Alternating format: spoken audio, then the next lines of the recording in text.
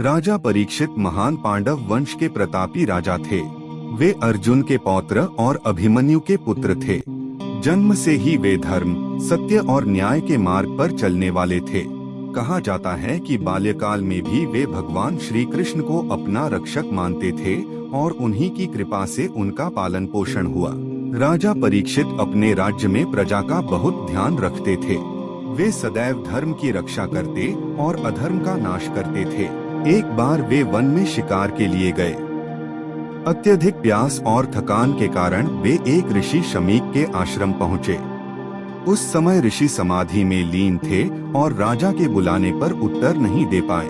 क्रोध और अज्ञानवश राजा परीक्षित ने ऋषि के गले में मरा हुआ सर्प डाल दिया। जब ऋषि के पुत्र श्रृंगी ने यह देखा तो उन्होंने क्रोधित होकर राजा को श्राप दे दिया कि 7 दिनों के भीतर तक्षक नामक नाग के काटने से उनकी मृत्यु हो जाएगी। राजा परीक्षित को अपने किए पर गहरा पश्चाताप हुआ।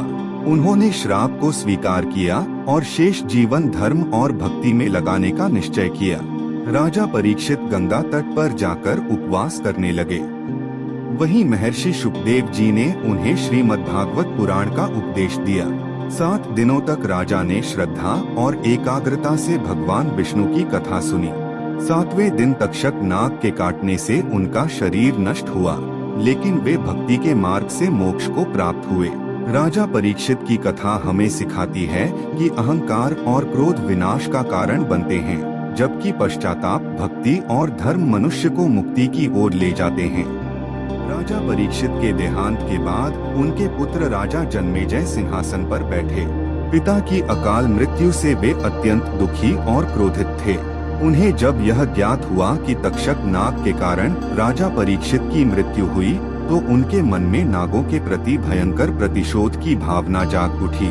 इसी क्रोध में उन्होंने सर्पसत्र यज्ञ का आयोजन किया, जिसका उद्देश्य पृथ्वी के समस्त नागों का नाश करना था। यज्ञ की अग्नि में मंत्रों के प्रभाव से असंख्य नाग जलने लगे। यह दृश्य अत्यंत भयावह था। नागों का अस्तित्व संकट में पड़ गया। तब नाग कुल की रक्षा के लिए ऋषि जरत्कारु और उनकी पत्नी, जो नागकन्या थी, के पुत्र आस्तिक मुनि आगे आए। आस्तिक मुनि अत्यंत विद्वान, शांत और धर्मनिष्ठ थे। उन्होंने राजा जन्मेजय को धर्म, करुणा और क्षमा का महत्व समझाया। आस्तिक मुनि ने कहा कि प्रतिशोध से पाप बढ़ता है और निर्दोषों का नाश अधर्म है। उन्होंने यह भी स्मरण कराया कि राजा परीक्षित ने अपने कर्मों को स्वीकार कर भक्ति के मार्ग से मोक्ष पाया था, इसलिए उनके पुत्र को भी धर्म का मार्ग अपनाना चाहिए। आस्तिक मुनि की वाणी से प्रभावित होकर राजा जन्मेजय का क्रोध शांत हुआ और उन्होंने सर्पसत्र यज्ञ को रोक दिया। इस प्रकार नागों का संहार रुक गया और धर्म की विजय हुई। राजा जन्मेजय ने आगे चलकर न्यायपूर्वक राज्य किया और अपने पिता की भांति धर्म का पालन किया। राजा परीक्षित और जन्मेजय की कथा यह सिखाती है कि क्रोध से विनाश होता है, जबकि क्षमा, विवेक और धर्म से समाज का कल्याण होता है।